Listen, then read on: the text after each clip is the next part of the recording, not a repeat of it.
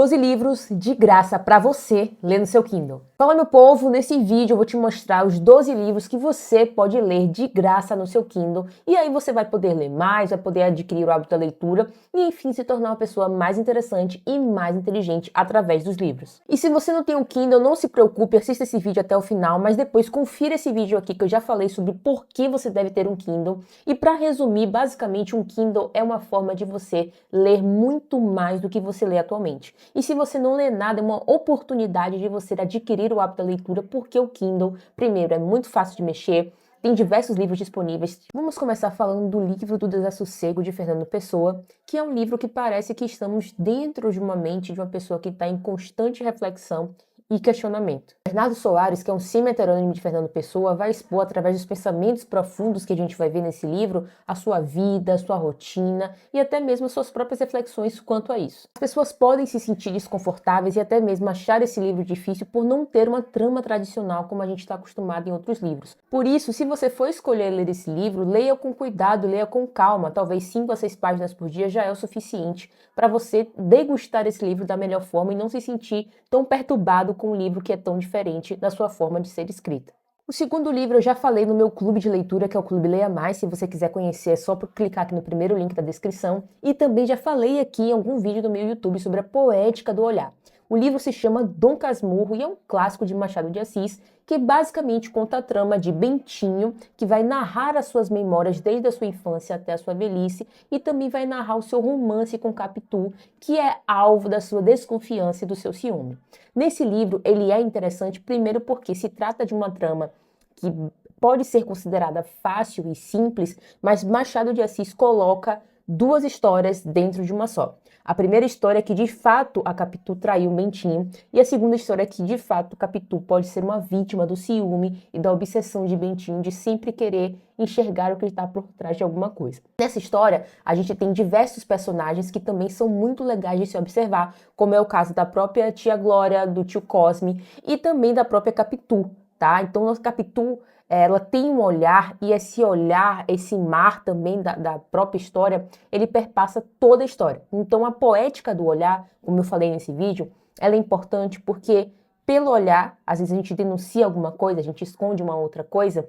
Então quando Dom Casmurro ele coloca o olhar de Capitu, o olhar de Bentinho, o olhar do próprio Escobar, ele está nos dando pistas de como que a gente pode enxergar essa história. Uma outra coisa interessante que eu também comentei agora é sobre o mar. A gente tem que Capitu tem os olhos de ressaca. E quando a gente pensa em olhos de ressaca, a gente pensa, poxa, como é que uma pessoa tem olhos de ressaca? Mas quando a gente vai olhar para a ressaca do mar, é aquele olhar que balança a gente e nos deixa desconcertados. Então, tudo isso dentro do livro de Dom Casmurro, e eu recomendo, logicamente, fortemente que você leia.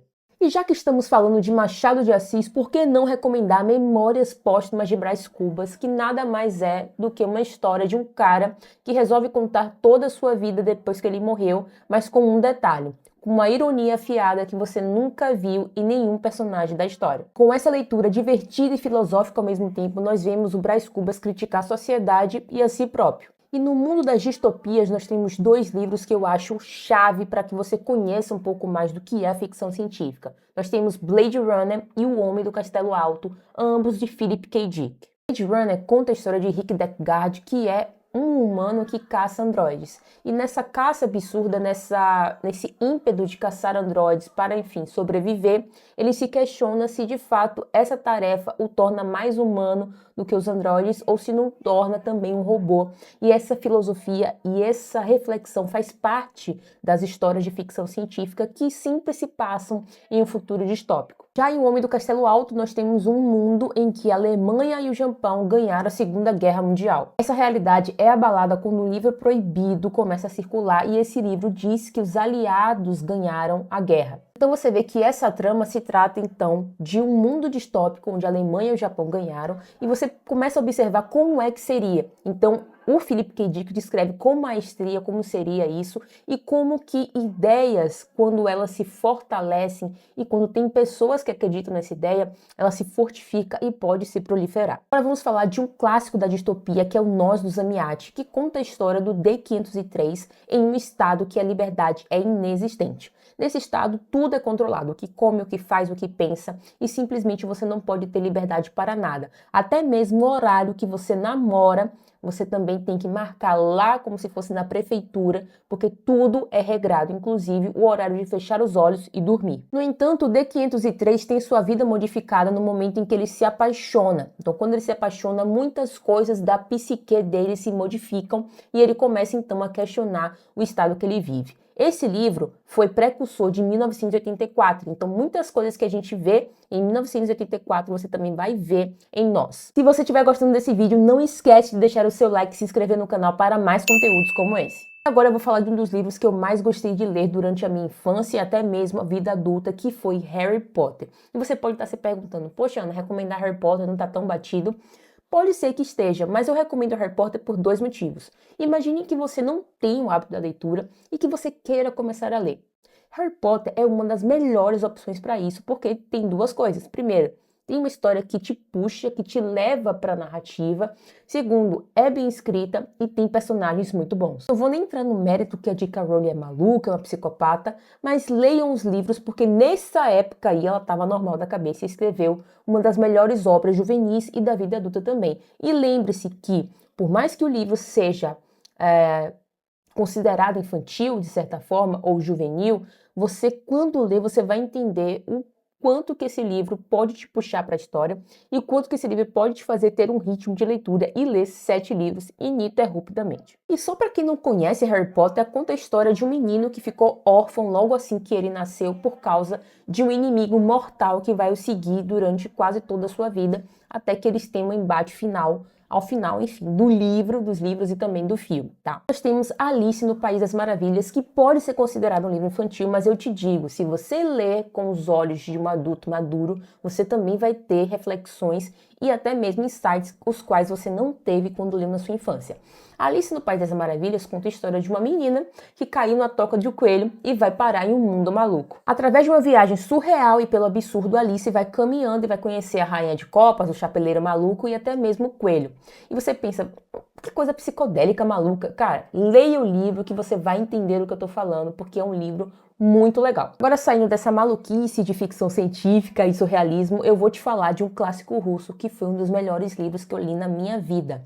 Anna Karenina, de Tolstói, conta a história de Anna Karenina, mas sobretudo estamos falando sobre família, sobre como as famílias se portam, como as famílias se constituem e se destroem ao mesmo tempo. Isso é importante eu falar porque muitas vezes você podem ver vídeos pela internet que vão estar falando sobre a subversão da Anna Karenina e tal, e tudo bem, pode ter lá seus motivos e tal, mas se pararmos para observar a essência, que é o que Tolstói queria nos passar, é como as famílias infelizes são infelizes à sua maneira. A infelicidade, cada uma tem a sua característica. Então, quando a gente vê a Anna infeliz, é diferente da infelicidade do próprio Liev, e assim a gente vai lendo a história. Se tratar de um livro de 800 páginas, pode te assustar, mas eu te garanto que quando você começar a ler, você vai observar uma coisa muito importante. Tolstói não escreve para ser difícil. A linguagem que Tolstói coloca, e eu estou colocando aqui a tradução que eu li, é simplesmente primorosa de ler. Você desliza pelas páginas e consegue entender tudo